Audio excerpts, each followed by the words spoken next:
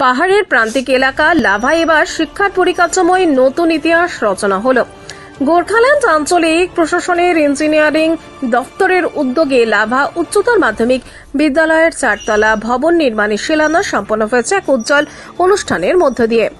এই অনুষ্ঠানে প্রধান অতিথি হিসেবে উপস্থিত ছিলেন গোর্খাল্যান্ড টেরিটোরিয়াল অ্যাডমিনিস্ট্রেশনের প্রধান নির্বাহী অনিত থাপা।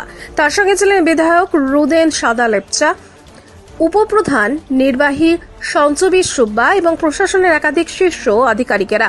এলাকার বহু বাসিন্দা ও শিক্ষার্থীরা উপস্থিত থেকে এই ঐতিহাসিক মুহূর্তের সাক্ষী হন। অনুষ্ঠানে বক্তৃতা রাখতে গিয়ে বিধায়ক রুদেন সাদা লেপচা বলেন, লাভা শুধু পর্যটনের কেন্দ্র নয়, এটি একটি শিক্ষার কেন্দ্র হিসেবে আত্মপ্রকাশ করেছে। অনিত থাপার নেতৃত্বে আজ পাহাড়ের প্রত্যন্ত এলাকাগুলি উন্নয়নের মূল স্রোতে যুক্ত হচ্ছে। তিনি আরও জানান, এই ধারাবাহিক উন্নয়নই পাহাড়বাসীর আস্থা অর্জনের প্রতিফলন। প্রায় 5 কোটি 3 লক্ষ টাকা ব্যয়ে নির্মিত হতে চলা 4 তলা ভবনটি আধুনিক শ্রেণীকক্ষ, ল্যাবরেটরি ও লাইব্রেরি সুবিধা সহ সাজানো হবে জানানো হয়েছে। তাই প্রশাসনের মতে ভবনটি চালু হলে লাভা ও আশেপাশের অঞ্চলের শতাধিক ছাত্রছাত্রী আধুনিক শিক্ষার সুবিধা পাবে। অনুষ্ঠানের শেষ পর্বে স্থানীয় বাসিন্দারা এই উদ্যোগের প্রশংসা করে বলেন, সরকারের এমন পরিকল্পনা পাহাড়ি অঞ্চলে শিক্ষার মান উন্নত করতে গুরুত্বপূর্ণ ভূমিকা রাখবে। প্রশাসনের পক্ষ থেকে আশ্বাস দেওয়া হয়েছে, ভবিষ্যতে বাগরাকোট সহ আশপাশের এলাকাতেও আরও একাধিক উন্নয়নমূলক প্রকল্প বাস্তবায়ন করা হবে।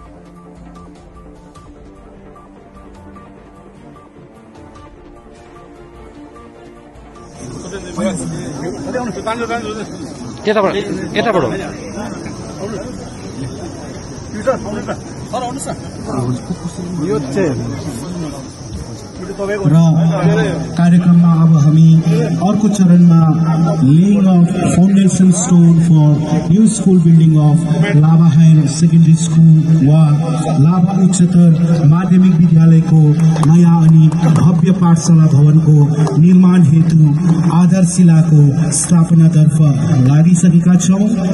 तसर्थ यसको निम्ति म आजको कार्यक्रमका प्रमुख अतिथि श्रीमान अनित थापाज्यू उहाँकै स्वर्णिम बाहुलीबाट यस शुभ कार्यको श्री गणेश होस् भनी उहाँलाई निर्धारित स्थानमा गई यस कार्यलाई अगाडि बढाइदिनु होस् भनी यहाँबाट नम्र निवेदन गर्दछु।